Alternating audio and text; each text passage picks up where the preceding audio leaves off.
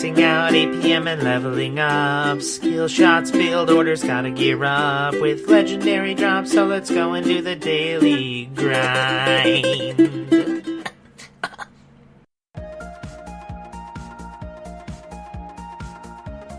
Hi guys, welcome back to another The Daily Grind podcast. Level 3. Congratulations, you've made it. So, E3's coming up. We're going to talk a little bit about some games that we're excited for in the second half, but we are going to do the obligatory what you've been playing, because I'm sure everyone is curious about what you and I have been playing, Miles. Well, yeah, I mean, we don't have our Twitch on 24/7, and I know the listeners are dying to know. So, I mean, it would be, we got to do them a service because they're doing us a service and listen to us from our soapboxes. So that's right. However short they might be. First of all, we need to do a very important part of our podcast, which is what are you drinking? I have the very prestigious dihydrogen monoxide this evening. Oh. Hey man, I actually didn't think I was going to have a beer for, should we be a little transparent with our viewers? Oh yeah, listeners? Sure. Yeah. Oh yeah, we cocked it up. Well, I did, specifically. Shaun was at fault. No, it was Audacity, really. It's true. Let's just say, as a cautionary tale, as it were, the Steam sale is happening right now, and Sir Cop's hard drive was full. That's just the C drive. I blame it on League of Legends and Blizzard games. That's fair enough. So that led to a little bit of a mistake with Audacity. So we lost the first half of our last podcast, which we recorded earlier this week. So anyways, don't buy too many games on Steam or any other platform. And if you plan on recording a podcast. Right. That's the important part. Otherwise, just have at it. So you're drinking water. I'm drinking opposite of water. Wine? Nope. I went to the liquor store today, and I got some delicious bourbons and whiskeys to stock up my fridge, and I'll see if this can be picked up. Hey, there it is. That's lovely. So I'm drinking Knob Creek Single Barrel. Let's see, this is actually made for the specific liquor store here in Minnesota. Barrel number 977, selected by Haskell's here in Minnesota. And this is the single barrel, so it's 120 proof. This is 60% alcohol. Ooh. So I really can't be held liable for anything I say tonight. That's fair. We do have a small disclaimer. Pour. So now that we're done with that, and this it's got some heat on it. Now that we're done with that, don't smoke around that. Probably That's right, exactly. You could. I don't know if you could light it on fire. Maybe we'll see. But I'm going to give it a shot in a little bit, just out of curiosity. So you and I have both been playing the same game, which doesn't actually happen too often these days. Yeah, it's kind of rare. We've been kind of doing our little thing separately, but that provides for a better listening experience. We've been digging into Nintendo's new game, Splatoon. That's correct, yeah. Yeah, as well as my brother Christopher. He's been in there, and not too many people own a Wii U in our circles. The ones that have bought the ticket. I'm pretty sure and are taking the ride. Us three are the only ones that have it. I think, as far as I know, I mean, probably the case. But Splatoon, yeah, that's a game. Yeah, it's little squiddos. It's a lot of fun. So the main concept of the game is team-based third-person shooters, and you're going around and you're covering an arena with ink of your color. At any point in the match, you can actually switch between your little sort of squid human kid form and an actual cartoony squid, and you can traverse the map in the ink that you have covered the map with.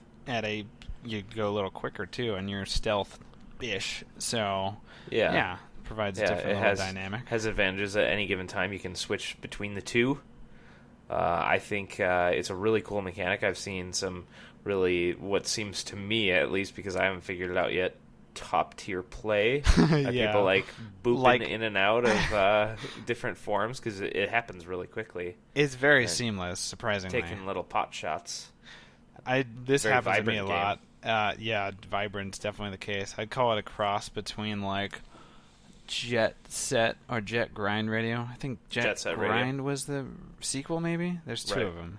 But, so it's a cross between that and, Call of Duty, I guess, because you have, kind of There loadouts. is some progression. Yeah, there's definitely that. And then Tony Hawk, I guess, when you're skating around like a little squid kid, little squiddos. I guess I could see it. I mean, you're not doing any combos. You're not really going up like a lot of vertical ramps, but when you like, there's one level where it's very steep, and then you could like jump over and bloop, hit the super there's jump. Definitely some cool things. And Nintendo's actually releasing new maps as time goes on. I don't know why they're not on the disc in the first place, but whatever. It's content that we get for free. I'm good with it. Kind of into it. It's a cute game. Definitely, like you said, it's very colorful. Yep. I love that they switch the colors. It's not just like red and blue. They take contrasting colors like bright green and hot pink and make them go against each other. That's what Chris said he appreciated, actually. He called that out. It's like the little watermelon you get with that green-pink combo. Yeah, it's pretty cool. Yeah, overall, I'd say the game is, it's a good at pop and play, and the matches are 3 minutes long, and so you're never really, out too long between games. Or the thing that threw me off at the beginning was that it's not about kills. It's about how much of the arena that you can cover with your paint, and is it more than the other guy? So when you actually get those kills, those little squiddos explode in your color. Releasing your paint everywhere. I like that a lot. No, it's definitely an interesting little dynamic, especially the part that I've been having the hardest time with is basically the pacing of the matches and when to focus on kills and like get them out of play, so to speak, and then you go and cover more ground while they're all waiting to respawn. So yeah, but the respawns aren't long too, nor should they be in a 3-minute match. But the 3-minute match thing kind of does throw a kink in it because there is a dynamic and the perks that are attached to the guns and actually more specifically the clothing that you wear and can modify have perks that seem to be focused on different strategies. Like it increases your speed for the first 30 seconds of the match. Oh, I didn't see that across the board, and then there's some that are increasing speed for the last 30 seconds. Some are just primary damage against. Obviously, you're not doing damage to the arena, you're doing damage to the other people, so some of them are a little bit more combat-focused, the perks, and some of them are way more sort of, I'm going to cover this whole effing place with ink focused. So, yeah, it's a good game. I'm going all damage right now. That's my gear that I've got slapped on, but I still can't kill anybody because I suck. Yeah, we should talk about the motion control. Yeah, it's a little different. You hop in initially. You can turn this off for those who aren't kind of into that motion, part of the Nintendo franchise for a couple of years now since the Wii. It's been an emphasis of theirs. But so you jump in. You have the gamepad, which is what you play with on the Wii U. For those of you who are maybe still think Wii U is something other than the Wii. Anyways, it happens, man. You're probably listening to the wrong podcast. Yeah, I'd say so. So you have the gamepad, and you can control with you move with your left stick, of course, and then your right stick is to aim. But there's also you can tilt the gamepad as you see fit. But now when you're using motion control, the gamepad or the right stick only goes left and right. It doesn't go up and down. Right. So it's just a little different to kind of like finesse it around. I found it a little overwhelming to focus on all the bright colors in front of me and trying to stay alive because you die pretty quickly, I'd say, in this game. I mean, it's also a very pretty game. It can be distracting at times. You're like, oh, this looks so cool. Mm-hmm. 2 rotating maps every day, so that's kind of interesting. They don't have the whole map list in matchmaking all the time. I kind of like that. Every day is different experience, kind of. Combination. It allows you to spend some time with each individual map. Yep, I'm going to be playing more of that game. Yeah, I'm definitely going to be jumping in. What level are you again? I'm 4 right now. Okay. How about you? I'm level 7. Oh, you're getting up there. So yeah, in age as well because I just celebrated my 30th birthday. That's correct, which I was there for. Yeah, not to brag or anything, but yeah. Well, it was pretty wild. It was pretty wild. I don't know that we can air some of the wildness. Yeah, no, probably not. Yeah. I mean, so Splatoon. GG. Good game. Yes, I give it 2 tentacles up. Hey, I like it. Yeah, So, I'm into it. yeah, I'd recommend this one. If you got a Wii U, I'd pick it up. I mean, if nothing else, it's a nice game to play in the glut of summer, that usually befalls us gamers. We say that as the Steam sale happens. Well, yeah, and everyone but has new games. that's all the filler stuff anyways, right? Exactly. We're It's all the forward. stuff you come back to, let's be honest. Yeah, for sure. So, anyways, I'd pick it up. Yep, it's good. We've both been playing Hearthstone as well, from what I understand. That's correct. I just found out today that they're doing a new card back, which I am interested in. It's just another card back? Yeah. So more of the heroes. It doesn't affect the class abilities or anything like that. It's not a new class, just a skin, new voiceovers. Is that a card back, or are you talking about a new hero to pick? It's a new hero to pick, but they also give you a card back. I should clarify. For each purchase you make. So each hero that you buy, say I want to play a different warrior than Garrosh. Yes. Then I just get a skin with that one. Yep, which is Magni Bronzebeard, I believe. Okay. And I think that you will be a sucker for these kind of purchases. Only if they're... So I'm going to be buying a Lyra Windrunner, who is Sylvanas' sister. Oh, because she's a night elf. She's a high elf. Well, maybe it'll encourage you to play another class then. Hey, you. I am trying to finish my personal quest of getting 500 ranked wins so I can get my cool little shiny border. And then I'll start playing other classes.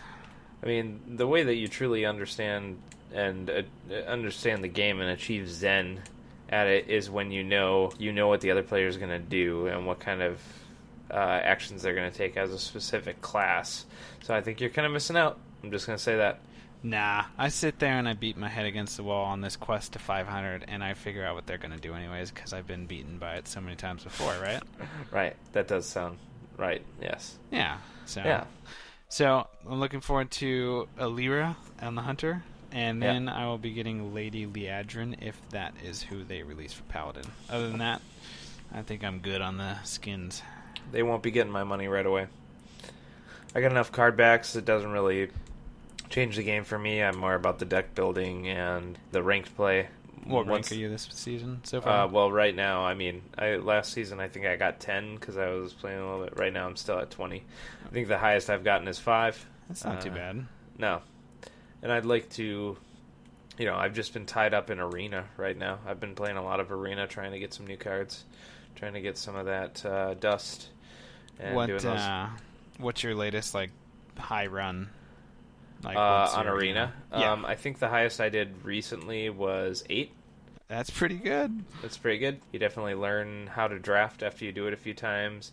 You learn which cards are actually good in ranked or in casual play, and which cards are actually good in Arena, because you need to assume that they're taking on the same risk as you. Mm-hmm. I find that if you have the best way to go about it is if you can pull it off, try and have at least a third of your deck be 2-cost minions.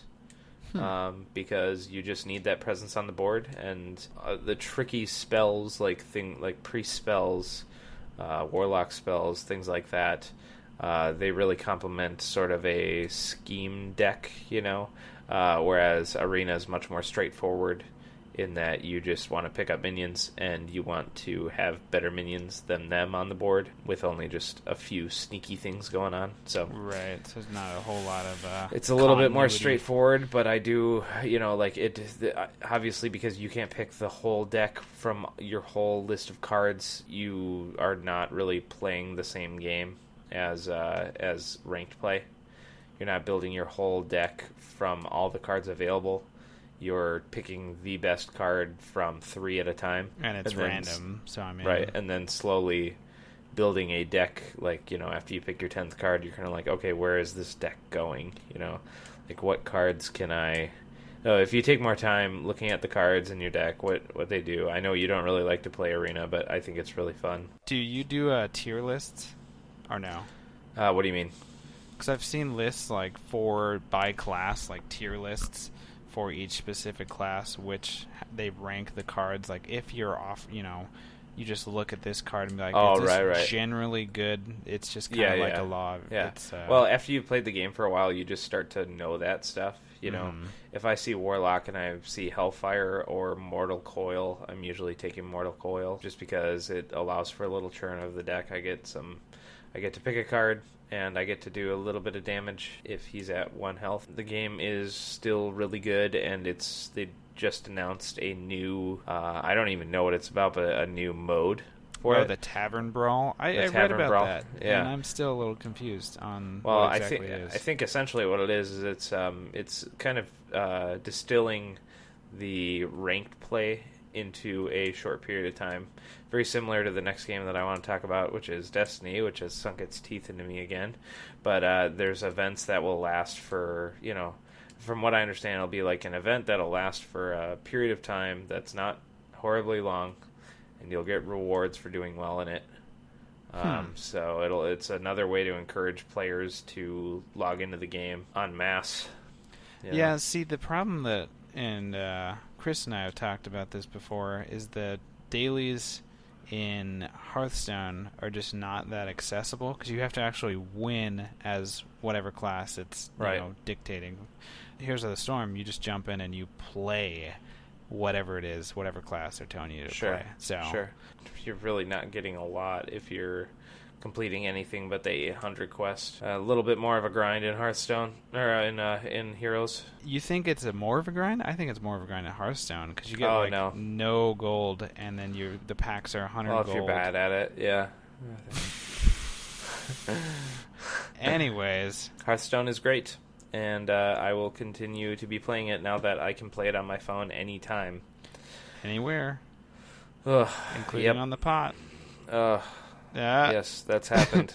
You've got heated tiles. I mean, is it that's really true? You've been to my happen? house. Yeah, no, you just camp out. You also recently completed a game called Ori and the Blind Forest. Wait. I want to just rewind here a second. So you said that I'm bad at Hearthstone, right? No, I said if you're bad at Hearthstone, like there was no insinuations there. No. Are you if sure? You're bad. Because I recall beating you while we were at Lord Fletcher's. Yeah, you did. But I also beat you. No. Yeah, did you? I did. Yeah, I did. I left the game on, or left the evening off on a win. No, but you yes, didn't. You're good. I mean, you didn't. Yes, I did. No. I don't think I could check that. I don't know if there's a match history. Anyways, it happened. You're getting old. You're getting old. I know I am. So maybe you don't recall quite clearly. Memory's foggy, especially drinking this single barrel. How is it? Bourbon. It's boozy as hell. Yep. It's caramely though, toffee, really kind of beautiful oak in it. It's quite good. I'd recommend it. It's very affordable. It's like $35 for a nice big bottle of bourbon. That's exquisite. So, I will pass. I will leave this to your tongue thing. Well, puts hair on your chest, Miles. When I've you're already 30, got you gotta that. secure that. Anyways, Ori and the Blind Forest. Good. I beat my head against the wall for quite a while. Ended up with, I posted the stats in the Gamer Den the other day. I think it was close to 10 hours. Shy of 10? Yeah, just shy. 1,119 deaths. But the cool thing, I guess, is you just pop right back up. There's no you died, game over, or anything like that. It's just boom, right back in the action. Except for the spawn system. The spawn system. How do you mean? Well, you need to plant where you're going to spawn. Like if you die, you're going back, right? You're going back you gotta to put where your. You would. You got to put put down your checkpoint. And your checkpoint costs the equivalent of mana in this game. So you could get yourself you use your last save point, and then you have to go get a new part of it's called a keystone, I believe, to unlock a new door. So if you go to unlock that, and then when you're backpedaling to the door and you die, you just go back, and you don't. It's not like you retain that key fragment of the keystone. So you do have to be pretty diligent about where and when you place your things, because unless you unlock a talent later on in the game, you can't resave at the same checkpoint. So gets a little frustrating at times. It's one of the most complex games I think I've ever played. It's just so technical, stringing together all the different abilities that you are given throughout the game. It's got a fair amount of like Super Meat Boy in it. It's got a fair amount of, I mean, I played the first 3 hours. I kind of, maybe a third of the way through the game, haven't come back to it for a little bit. I'd like to come back to it and polish it off. But it's got a fair amount of Metroid in it as well, unlocking abilities as you go along that then unlock new areas with new unlocks behind that. Your character kind of feels a little bit more powerful, but you're always just behind being too powerful. Mm-hmm. You know, you need to put in your technical skill into the game to get to the next zone. Yeah, there's not a difficulty to this game. It's a one size fits all, and you have to just get through it or don't. I mean, that's it. I don't know. Overall, pretty frustrating game. If you can't contain your controller throwing impulse, I would not play this game probably, because you're going to want to do that it's hard. a lot. It's hard. And there's something to be said nowadays for hard games. More and more games are coming out that are hard. They require a bit of time to learn. They require a bit of finesse in controlling them. And if you don't have it, it can be taxing.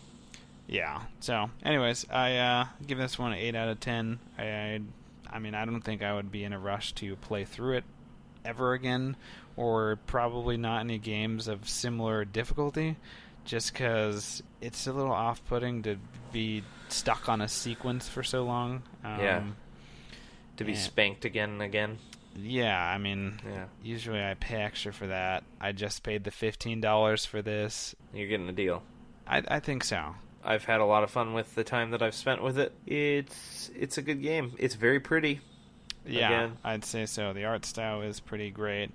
You are usually trying to platform your way around. I mean, there are times where you can kind of sit and peek around, but generally I felt like this game was pretty fast-paced. Didn't allow for that. It didn't allow you to like pause and just drink in the soak scenery. it in. Yeah. Besides for the first 15 minutes, beating your head against a wall. I know that feeling because I've been playing Destiny. And earlier you said it sank its teeth into you. I'd say it sank its fangs into you because it's got the venom in your blood. It's coursing through your veins. Yep. It's just like all-consuming. There's events happening all the time. They've got new rewards with the new House of Wolves content that dropped. I've been playing with some of the Gamer Den members, going through Prison of Elders, which is essentially like a horde mode. You have the max cap is level 34 for characters now, and you're playing level 28 that has matchmaking, a level 32 that doesn't, a level 34 that doesn't, and then one level above you, which is extremely difficult, a level 35. You're trying to take down Skolas, which is a fallen captain, essentially. And you also have Trials of Osiris, which runs from, it starts tomorrow. It runs from Fridays to the weekly reset, which is Tuesdays. It has daily quests. It has different events every week. Constantly more streamlined economy. I don't think I've played a game that the developers ongoing have listened to the community as much as they have for what the community wants. The economy you're talking about. The economy, yeah. Is there a trading aspect to the game? There's no trading at all. No, so I'm just talking about the economy of your actions versus your reward and what they can buy you, essentially. So it's continually getting balanced with each patch and with each expansion. So you have all these different things in the game that can buy you different items, and it's very confusing at first, but now they've basically made it so that nearly everything can be traded in for something else, or at least the things that you have no need of anymore because you've out-leveled that. You can trade them in for things that are just helpful. That's kind of nifty. Yeah, so that's one of the things that as I was talking about, they just listened to the community on, and they said, yeah, that makes perfect sense. Why don't we put that in the game? And they did a week later. Some things take longer to fix in the game, but right now, this game is in a damn fine state about 9 months after it came out, and it is quite fun. Quite fun indeed, especially when you start building up your library of really unique weapons. How many can you carry at once? I forget entirely. So the ones that you have three. You have your primary, you have your secondary, and then you have your heavy. Depending on, you can switch those out with any you have in your inventory at any time. Sometimes the game punishes you for doing that. Like, you got to come to this fight equipped, like in matchmaking, if you switch your weapon, or in extremely hard raids or encounters if you switch your heavy weapon, because the difference between legendary and exotic is very significant. Mm-hmm. So they don't want you just like juggling exotics essentially for their different uses. Right. So they tax you on that. That's fine. In what way? Like, how do they? They take away some of your ammo every time you do it. Oh. Yeah. For example, say you have Galahorn, which is considered one of the most OP weapons in the game. It's a exotic rocket launcher. If you switch between that and then you decide to bring up a primary, like a really strong hand cannon or something like that, and then you switch back to Galahorn, because you can only have one exotic equipped at a time, and then you need to supplement with your legendary weapons, and they're still strong weapons in their category. There are some that are really, really good, and essentially like make you have a stronger loadout. What percentage of your ammo do they deplete when you try and do this? It depends on what you're doing. It's usually, I would say, about 40%. Oof. And in some cases, in the extremely hard modes, they take away all of it. So The nice thing is that you do have things called ammo syntheses, which essentially replenish all your ammo, but those are on a 5-minute cooldown. So you can do a little bit of exotic juggling. Yeah, you can play around it, and that's part of the game. Like, I've definitely been in games where we're doing the horde mode, and we're about to take down the boss, and before he can do all the tricky maneuvers, we're going to try and burn him down, right? Mm-hmm. They're like, no, hold off for 3 minutes here. We got to wait for 3 minutes, because then my recharge is up, and I can, shoot out 7 strong rockets, and then recharge immediately and shoot out, the other 7. So things like that can be important. It's a very, very addicting game. I've gathered that. I mean, you always tell me about how you get to maybe sleep in some mornings, and then you elect not to, so you can get up and get on some Destiny. Right. Or on the other end of the day, at night before you go to bed. Exactly. Get in a little session. I just finished up some quests tonight, some daily quests. The weapons and the armor can be leveled up, and giving the weapons and the armor different perks. And the quests give you daily experience, and you get experience for nearly everything in the game. And so your weapons and your armor are slowly being leveled up. And once you get it's not too hard to get them to max, but the exotic weapons take longer, and armor, I should say, take longer to be leveled up than the legendaries. So there's kind of this goal of, like, that's what keeps me coming back. It's like, I got these legendary weapons, but they're not doing everything they can do. Like, some of the weapons are, like, they have more accuracy shooting from the hip, so I can actually move faster in close engagements, whereas some people are aiming for me, and I'm just dancing around because I have bonus accuracy. There's a lot of perks in the game for the weapons, and it's good to have them. It's the things that make the weapon, When you're talking about the leveling up the weapons, is that just like a flat thing where it just increases the stats, or do you have is there like a talent tree sort of thing going on? So there's no trees. There are flat things that you pay just to increase the damage that the gun does, which matters in some high level PvP and also in PvE content. The damage definitely matters, but the one thing that is definitely on everyone's mind is what are the perks that the gun has. So essentially going down the line here, and I guess you could call it a tree, the first bit you usually have some sort of choice of scope on the gun, and then you up next have a perk. So for example, my scout rifle that I have equipped right now can be fired in full auto mode rather than pulling the trigger once every time. So I can just bam, bam, bam, bam. The next one is a damage upgrade, and then the next one is either a low recoil or a more ammo capacity.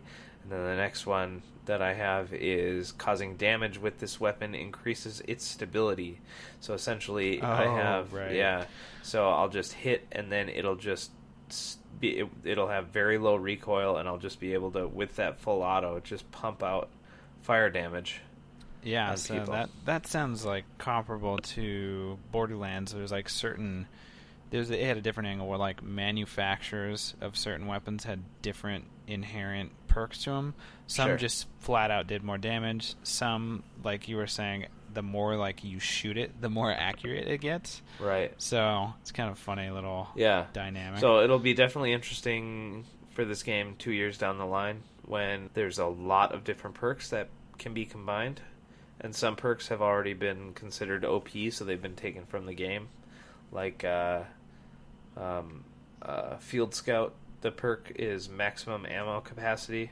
So essentially you're getting a lot of ammo, which means that other people need to reload before you. So that was definitely considered OP. You're like, oh, I could just fight for days, and you need to reload if I just, soak a few bullets and you miss a couple. I don't need to worry about that.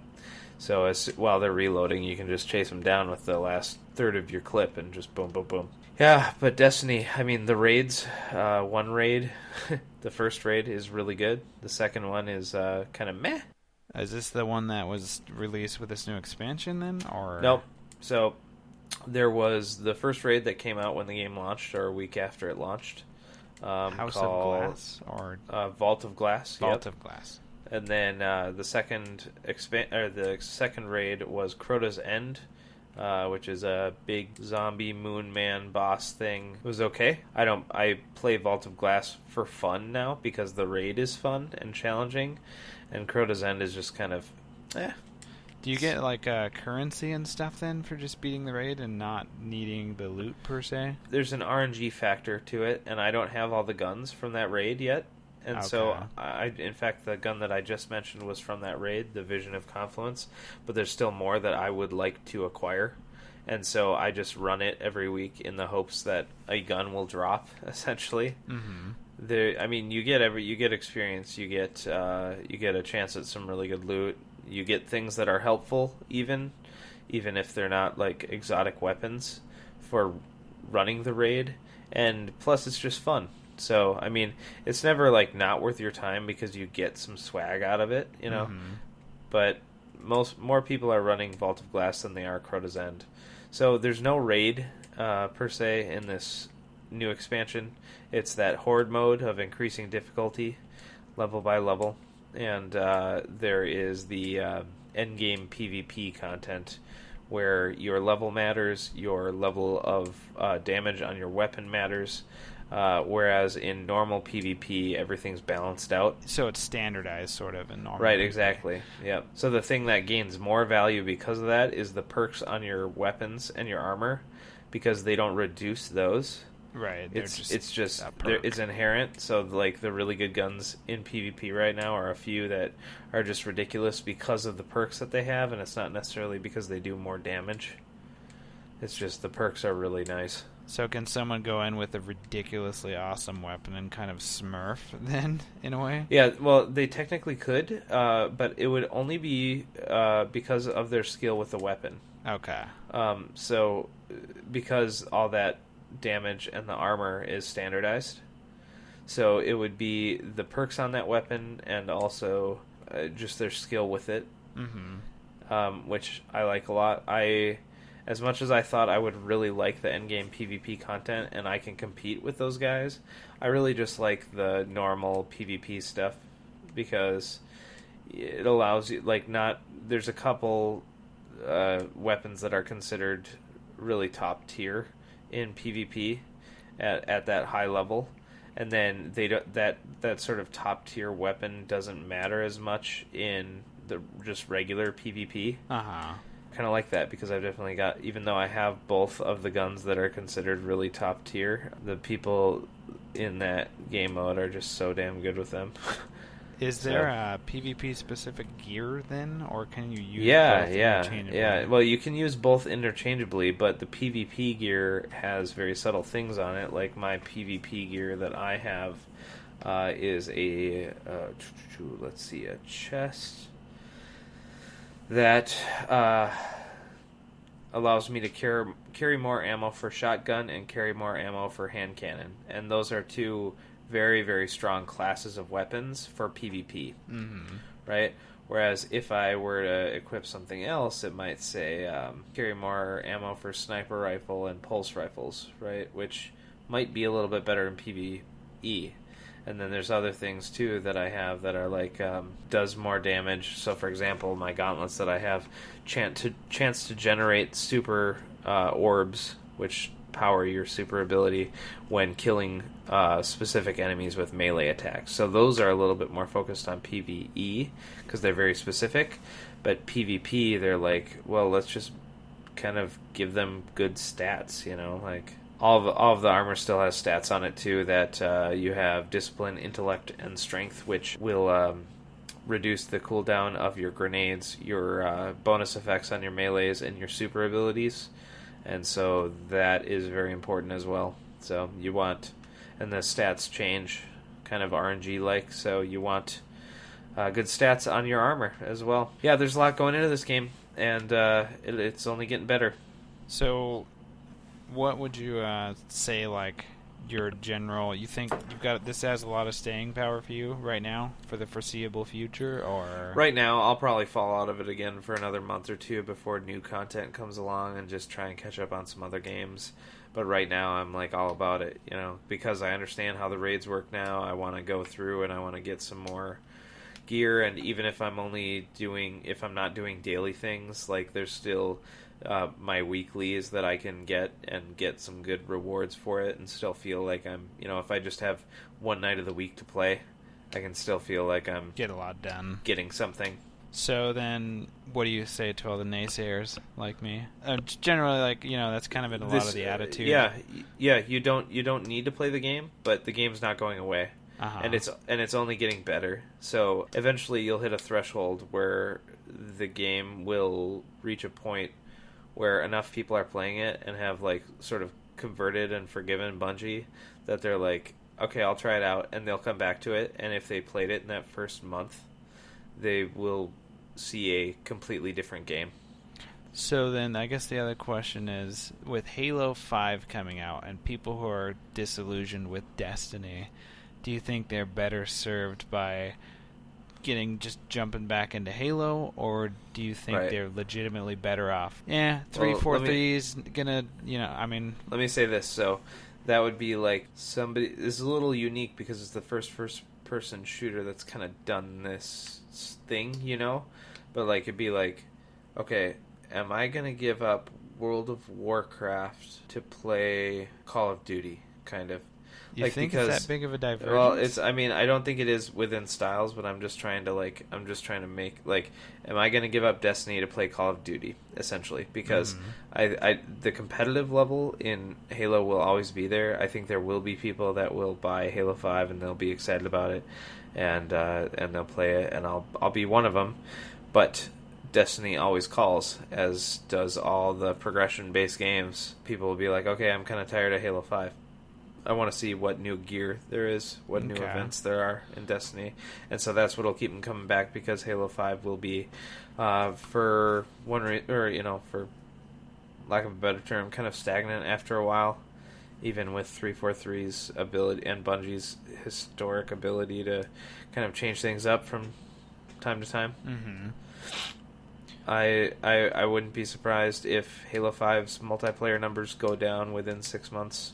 What about you personally then? Are you feeling any inkling to kind of check Halo 5 out at this point? Oh, I want to play it. I want to play the story. I'll play a little bit of the multiplayer. To be honest, like, coming from the days of Halo 2 when I just played the hell out of that multiplayer, I don't see myself sticking with first-person shooters that don't have some sort of progression thing, Like, yeah, I can see that. Like, I can come back to games like League of Legends, I can come back to games like StarCraft, because there's always this sort of evolving meta and skill level that you can come to, and then with Halo, there is that skill level, but it's so about the minutia of the thing, and it's more like brainless than anything. It's more about like Twitch reaction essentially than using your mind. I can see that, yeah, especially with the stats on weapons and stuff. Yeah, so I mean, obviously there's still that Twitch shooting in Destiny, but there's the progression, so that keeps you coming back in. And also that idea that, like, I have this weapon, I have this armor, I'd like to use it, like I'd like to show it off, kind of. So, let's see, we were talking a little bit, Fallout 4 was announced. Yeah, that's correct. I actually put in my pre-order for it today on Steam, so... Steamsies? Yeah, so... It's kind of unlike you to give money before you get something. I am delaying that instant gratification for that sweet, sweet wasteland action. That's so weird. I mean, like, what are you getting? Are you getting anything for pre-ordering it? Don't know. It'll be one of those retroactive things, I imagine, because there's so little details about the game. There's literally just, it's available for pre-order. There's no, like, system specs out or anything right now. I haven't even given it a thought to I think the last time I pre-ordered a game was Destiny, actually. Yeah, I think I did that too digitally, which seems really weird in my mind. It's very unlike you. Yes. No, I know I'm going to buy it. I don't want to play it on a console just because, it'll be a better experience on the PC. That's always how things have been. Usually. Well, I mean, graphically. I play it. Yeah. Oh, yeah. There's always the exceptions. I remember like a year ago I jumped into Darksiders 1. Mm-hmm. And I was like, what the what is this? Control-wise, or I mean... Yeah, controls were crap. No upscale for video. I was like, oh, okay. I'll just be done with this. Apparently I missed Darksiders. Yeah, that one's just gone in history. Yeah. I think it's going to be cool. It's going to... I don't know. I'm all in. So, I mean, it's not like I'm changing my mind on this one. I'll be into the game too when it comes out. They're not getting my money right now, though. That's fair. I just don't see a price change, It's pay what I'm going to pay for it regardless. So, just like the Minnesota trip, we paid like a couple months in advance, and it was like, well, I guess I'm just getting on a plane. I don't have to pay anything. So, you know what I mean? Yeah, you just do it up front and forget about it. Yeah, I'm excited for it. I don't know if I'm going to need to swap out video cards. We'll see, I guess, as the time comes up, but...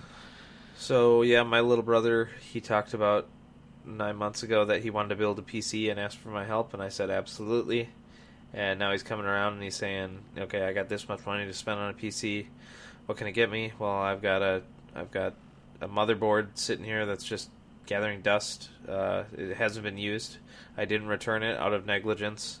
I want to upgrade my video card. I'm like, here's what you can do. Nice. You can save a hell of a lot of money by just paying me for my old stuff that works just fine. Mm-hmm. And I can benefit as well. Yeah. So, yeah. So that's what's going to happen. And I don't know what card I'm going to get. I mean, like, if I were to buy one today, it's probably the 980 Ti. See, that's my problem is I don't stay up to date with any sort of computer hardware. It's like It's shop as I need it sort of thing. Yeah, research exactly. as I need it. So sure. I mean, that's the thing for me. That's the only reason I know that I've looked at any sort of comparison between video cards nowadays is because I've been kind of thinking about getting a new one going into the fall and winter. I'm sure mine would be fine and run the latest games, but I'm a sucker for that tech. Yeah, and you want to run it on the highest settings and 60 FPS. No, yeah, you want to be one of the few. Yeah, I actually discovered recently how much of a fan I was of the 60 frames per second. It's just so silky smooth. Yeah, what game was that awesome. that did that to you? I had that on Witcher. That was like the one that I had it, and I noticed it on. I was like, because I don't know, I haven't noticed any games. A new big patch just dropped for that. Yes, it did.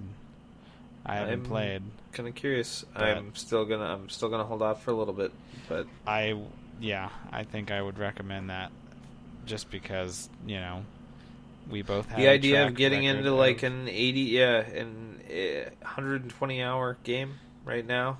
just ridiculously daunting. I Oh, mean, it's and then you feel guilty for not playing it if you don't play it. It's a vicious cycle. Yep. But I don't know. I've seen a lot of posts about Witcher on Reddit and stuff, and all the kind of like little adventures you can get into. And You feel like you're missing out. yeah, FOMO. Yeah. So I don't know. What does that stand for? Fear of missing out. Oh, okay. I am dating myself, I guess. There's too many acronyms nowadays. Yeah, there Can't keep really up. is. Yeah, I don't know. I think I'm probably just going to leave that one on the back burner for now. I don't know if I'll be picking it back up, but there's just so much to do all the I know. time, so much to watch.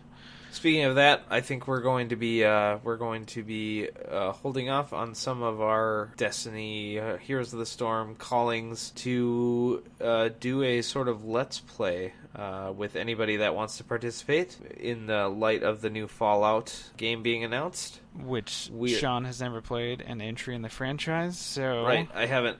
I own Fallout 3 and Fallout New Vegas, and I've tried Fallout 3 a couple times. 1 hour, 2 hour into it, and it crashed on me. So, we're going to be playing Fallout New Vegas, probably post E3. Well, post-Sunday at the very least, just to see. Right. Because I've heard some rumors about potentially a remastered version coming out, so we're going to You hold think on. they would drop it and drop it on Sunday and drop the mic? I think just to get some extra money in the meantime between the release of, until Fallout 4. To keep them afloat. Yeah, I think that would make sense. They're like, Fallout 4 is coming out, woohoo, everyone's all hyped. Oh, and, just if you feel like it, got this nice, Go shiny ahead new and little, enjoy it. so $20 go for each revisit game. the Wasteland. It's nice and Oh, polished up for you. Oh, God. And the other issue was that Fallout 3 actually is not compatible with Windows 8. So that's well, I have Windows 7. well, yeah. So I think it says something about the compatibility issue. It's a little wacky. Yeah. It's happened to me both times. Mm-hmm. So I That's wouldn't frustrating. I don't know. I wouldn't be surprised if they just were like, oh, and by the by, it's coming out this Tuesday or something like that. So Yeah. we're going to wait to get into it until after Sunday just to confirm, because the current version... Bethesda has a press conference on Sunday. Yep. So... And the E3's coming up. It's that coming up hot. is. So what are It'll you going to be watching it? I mean, I'll be working throughout the week. I got Monday. I have Tuesday off and Thursday off. Obviously, the big announcements are going to be on, what was that, Monday? I say obviously, and then I don't know. You said the press conference is Monday, and then the big actual announcements show on Monday. is Yep. Tuesday. So I'll be working a 6-hour shift on Monday, and I'll probably be. It's a slow day at work. I'll probably be streaming and keeping up with it. I'm looking forward to another E3. You always think oh, it's just overdone.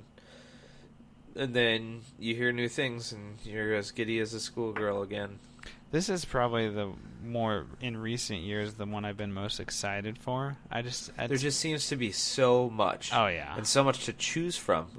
It wasn't ever really the case, besides for the last couple of years, that you've had a choice. It's just well, that's what I'm going to be playing. Hype, hype, hype. Mm-hmm. And nowadays, you've got places like Bethesda just starting their announcement off, 2 days before the show. We had Oculus revealing their quote-unquote plan, I guess, and some new tech today that they're going to be working with Microsoft a little bit more. And people are starting to get ahead of the really big announcements. And did you hear that Microsoft just delayed 3 of their games showings until Gamescom? Really? Yeah, because they must have some big, things to show at E3. Interesting. I mean, Gamescom isn't too far out, but yeah, they pushed back Scalebound, I think it's called, that new sort of you're fighting epic monsters a la Shadow of Colossus with your own epic dragon kind of. I'm interested. That sounds really fun. And then there were a couple others too. I forget what it was. But yeah, they pushed back announcements on them and content until Gamescom. So they must have a good show. I mean, there's a lot of really good stuff that's going to be announced, and there's very little time to play it all in. Yeah, really. I'm just going to have to go on unemployment here before long. Crazy. The funny thing has been... your fellow Californians will be paying for you to play video games. Yeah. That sounds good. I think that's reasonable. Your fellow man, you got to... It's give and take. It's give and take. Yeah. But it is kind of funny how, like, I've felt this year has kind of been a little bit of everyone trying to get ahead of each other. So I've just been seeing little trickles of, like, E3, pre-E3 news. So it was the Fallout thing, and I was like, that's kind of funny. And just like... Kind of makes you miss the good old days when it was just like, holy crap, Nintendo said what? Yeah, they just dropped and it all happened in one day. And I saw, like, a Ratchet and Clank thing came out today, I think.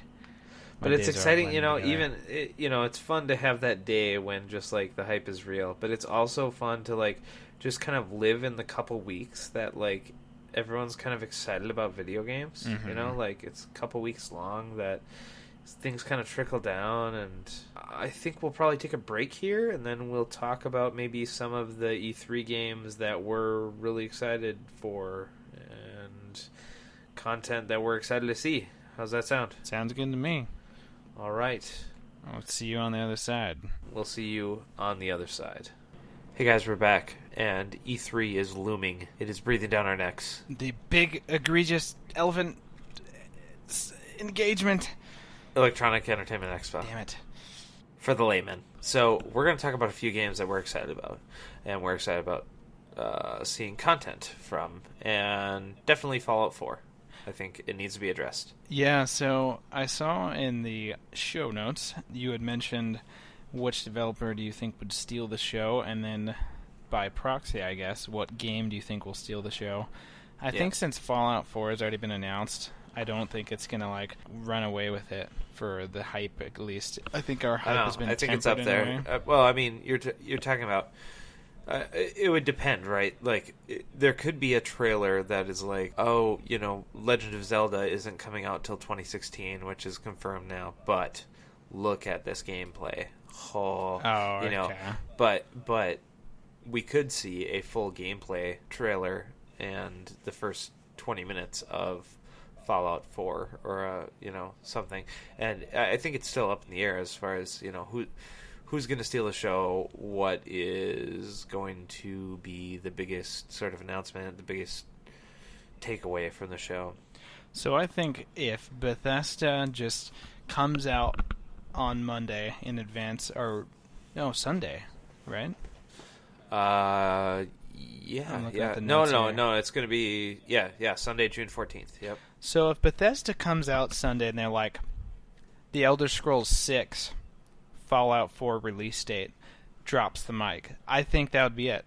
I really think that would just be like, boom. All signs point towards October. I see, and if you look at the show notes there, I mean, I think we're 5 years out from Skyrim, so I think it could easily be next spring. I can't believe it's been that long. It's kind of ridiculous. I was a can't believe that. Senior in college at that time. God. Yeah, it's pretty insane.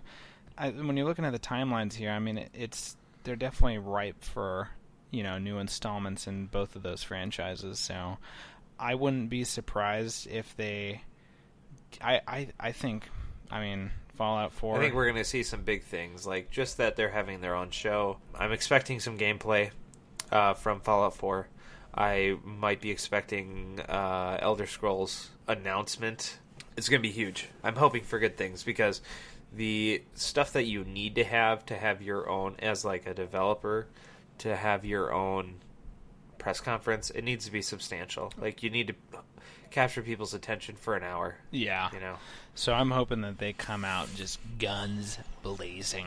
I really... Because they're just... The name Bethesda means a lot. They've made incredible products, and I think that it's going to be exciting. Yeah, I'm banking on them, honestly, developer-wise and game-wise. If they were to just bust out Elder Scrolls 6 and Fallout 4. I think that's going to be huge. But that's enough. Outside of that, I mean, I don't know. I'm looking over this list. I think I'm really excited for Rise of the Tomb Raider. I really, really liked Tomb Raider. I played the anniversary kind of remaster of the games. Sure, it's definitive edition. Yeah, so I'm excited for that. I don't know. That one doesn't tickle my fancy as much. I'll be honest. Did you play through Tomb Raider? Yeah, but I didn't play all the way through. Okay. I think I'm about halfway through right now. That's fair. And then I flittered on to something else, and I would like to. Like, it's in my backlog, and who knows if I'll ever finish it. That's okay. It's so embarrassing. We'll have a backlog anonymous. Yeah, there you go. Exactly. So, hi, I'm Shaun.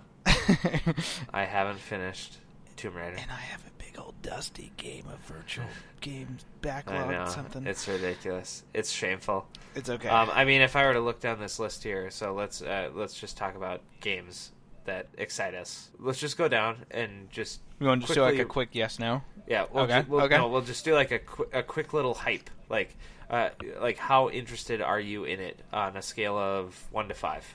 Okay, let's do it. And give some quick reasoning. Okay, Mass Effect 4. Are you just like you go? Okay, I 2. Okay, I think I'm at a 3. Okay, I would like to get into it, but I don't think I'll buy it day one. Yeah, like it's up there, but it's not going to have Shepard in it. It's not going to be a continuation, but it's BioWare. You know what I'm saying? So, like, BioWare's up there in Bethesda. It's like, am I going to commit to this game? Like, Dragon Age Inquisition. I own it. Have I gotten past the first 3 hours? No. A gambling man would say no. Right. But that's also in the fantasy realm. There's not a whole lot of amazing games that are being made in sci-fi role-playing. Like, and I'm kind of into that. That's true, yeah. I like it. Anyways, so that's up there. Rise of the Tomb Raider. 5. Wow. Yeah. It's up there. Yeah. Okay. This is like, I don't. It's a female protagonist. Do we need to say any more? Xbox exclusive. I have that. We talked about this before. Yeah, exactly. It's Xbox exclusive to start with. It's a female protagonist, but you play a female in every game, Miles. Yeah, that's exactly right. So it's just like everyone could argue that there needs to be more female protagonists, but if it's a limp character, is it worth it? I don't know. I just like I've always been in, I don't know, the exploration archaeology sort of like that sort of that's thing. great if it does that. Well, but so often it turns into a shooting, a shooting F fest. Way to be kid friendly. I'm trying to. No, I'm really into like unearthing like mysteries, like literally unearthing mysteries and like artifacts and stuff. And so you liked Uncharted. Yeah. So I'm just really into that sort of thing, and it's I don't know. I loved everything about the first, not the first game, the reboot first game, I guess. I just love it. I'm all about it. So yeah. And that whole exploration tied to it is pretty good. I'm expecting good things. Square Enix has a really big year ahead of them. They've got a lot of things going on. Just Cause 2 might get moved back. They have the Mad Max IP that they're trying to capitalize on. Oh yeah, excuse me, Just Cause 3. They have the Mad Max IP that they're trying to capitalize on. Mm-hmm. So they've got a lot of stuff going on. I think Tomb Raider's pretty high up there, especially since they made the deal with Microsoft. Looking forward to it. What's your number? I got a 3 for it. Okay. Yep. Star Wars Battlefront. Star Wars Battlefront. You. 5. Ooh. Right up there. Really? I'm set to go. Okay. I'm into it. Why? Go ahead. The game, every trailer that they've shown is in-engine, and it looks effing amazing. PC release, first day, buying it. New video card, buying it. I am ready to go. I am sold. I want more Star Wars content. It's all coming out, and it's going to be like November. I'm going to be playing this winter is going to be the winter of Star Wars for me. Winter is coming. And it is consumed by lightsabers and Force lightning. Let the winter be with you. I want it. How about you? 3. I'm sorry. 3. I'm sorry. Oh my god. I don't know. I'm just kind of not. I don't know. First person in general has kind of like gone off the radar for me. It's not first person. It can be, but I'm pretty sure it's fully third person. Oh, well. Do you know anything about this game? No. Have you ever played I Star played Wars Battlefront? That was like an over-the-shoulder sort of thing, right? Right, So, third person. Okay, sorry, third person. I'm just kind of like not feeling it. It's going to have a loadout sort of feel comparable to Battlefield and stuff, right? I mean, yeah, but it's Star Wars. I understand that. So, I guess for me, and it's dice. Yeah, it's dice. So I don't know. I'm hesitant because Battlefield 4 was just kind of like I didn't have the longevity. It didn't have the longevity for me that say Bad Company 2 did. That was definitely my favorite Battlefield game. I don't know. It's kind of done with the first-person shooty, third-person. Sorry, just any of the shooter things. They don't really tend to have too much staying power with me. So, sure. Yeah, but then you hear all the lasers, so and the lightsaber ignitions, if and Boba Fett's flamethrower, and you're like, okay, cool. I think if we were to get like a nice, like consistent team or squad, as it were. Yeah. To play that, I think that game would be amazing. So I'm just I'm just hesitant about it. So we just gotta make it happen. Right. Just gotta make it happen. See, that's the thing is like all the persistent stuff is going to be, like I shouldn't say persistent. All the things that are that might distract us from a release like that in November are going to be like single player stuff, right? Mm-hmm. And so it might be hard. Like some people will be fully into it. Be like, dude, you getting on Star Wars tonight? No, I gotta play Tomb Raider. And it's tough. It's tough. I get it. Right. I understand it. It's challenging. So, anyways. Day one purchase for me. Okay, a game that is notorious for delays and for lack of sort of concise information. Tom Clancy's The Division. 4. Absolutely yes, 4. I'm up 4 or 5. Like whenever it comes out, I'm into it. I don't know if it's going to live up to its promises with this whole post-apocalyptic RPG squad-based thing, Rust and DayZ. Speaking of Rust, I saw your hours played in that in Steam when I was looking through your library. Oh, God, how many is it? I think it was like 270. It's got to be so many. And I was just like, that game is ridiculous. God. I spent so much time in that game, and I want to go back because like it's completely different now. Yeah, I want to go back, but again, I need the people to justify it. Exactly. I want to this is what I want to do. I want to get some people from the Gamer Den and be like, hey, let's do Rust this weekend. I think that would be a fantastic game to play on Extra Life. It's like, listen, we've got 24 hours, baby. Let's roll some Rust. Let's found an empire in this time. Yeah. No, exactly. So see, my excitement for The Division kind of is a derivative of Rust because I played Rust, I enjoyed it, and then my complaints, and I couldn't justify spending more time in it because of all the hackers and everything. So Division to me seems like a watered down version of Rust. You're gonna run around, grab supplies. I don't know that there's too much of a construction element to that game. I don't care about story either. Right. No, I don't give a crap about story. I just want events and other people. Yep. So that's why The Division is calling to me. AAA, title. I want Bring it on. That experience. I also love that the game looked like it did in that trailer that made me wet my pants a year ago. And they're just like, nope, it's not coming out. It's not coming out. I'm like, good. You take all the time you want with that because I just want it. I spend time thinking about it. Okay, next up on the list, Halo 5 Guardians. 2. It's 2. I got to be honest with you. It's like a 2 or 3 for me. I want more Halo, but honestly, Halo is something from my past that I don't know if it is going to garner as much attention from me in the future. I've got different first-person... Bungie went another way. Yep. Yeah, see, competitive FPS 2, the more and more the time goes on, I'm just I'm not good at video games anymore. I don't know if I ever was good at video games, but I jumped into Battlefield 4 with Zane. It's nice to think that we were. Right, so it's just let's just leave that. Let's just put a pin in that. Let's just leave that kind of Yeah, as a memory. Yeah, like that heralded sort of version of ourselves that was good at games. Let's like leave that up there. Let's not like come back into all these kids that are like the Twitch shooters. Like we said, Austin was like super good at that sort of thing, and then like, so I don't want to come in and just get my ass handed to me. I've just heard really good things about Halo 5, but to be honest, what's happening right now in my household is I have a PC and PlayStation 4 and Wii. And my wife is using the Xbox as the media device. That's what it's there for, though. I'm like, God damn! Like, what if something comes? No. And then when Halo 5 comes around, I'm like, I don't even know if I'm going to play it because I just don't want to like switch the PlayStation over to the living room so that I can use it for, like. But I'll be honest, like it's probably 3. I'll probably get it. You know, man, God.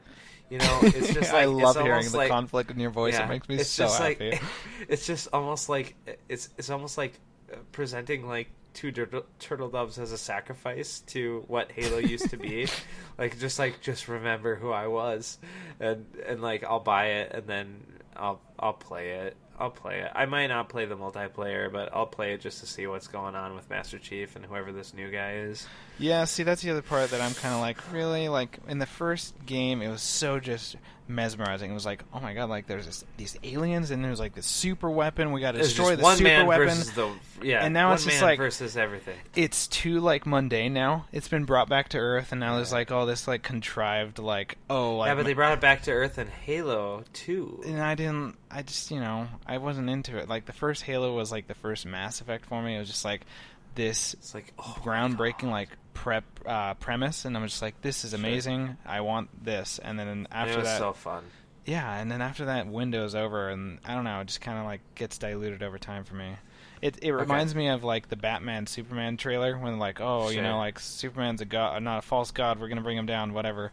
That's kind of like what this Halo 5 trailer has been. I'm just like, it's kind of, you know. I don't know. We'll see when it comes out. I'm probably going to buy it, but again, it's not, like, because I'm going to be, like, going crazy for it.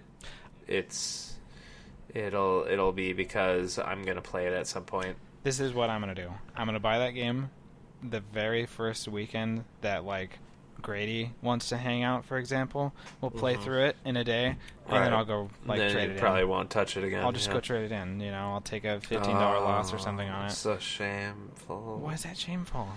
I just, it's Halo. I don't know. It's 343. It's not. It doesn't have the caliber. It doesn't have the so let's move on. Pedigree.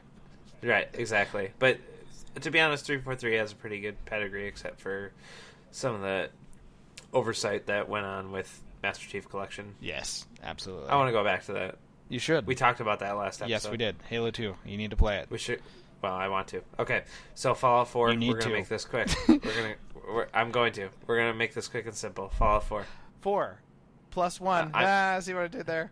You're up. You're up there. 5. Yeah, for sure. You want it to happen? I'm at a 4.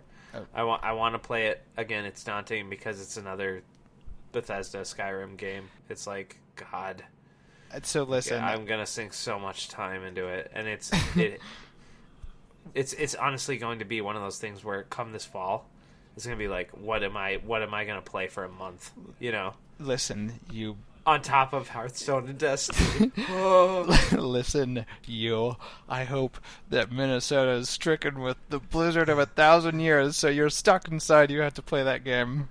It's going to be good, I think. I believe. Okay. So. Let's go on to the next one.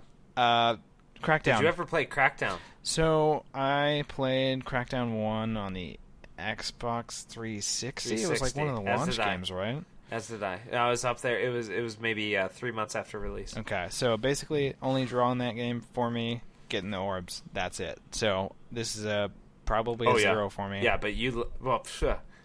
If they have that same thing though.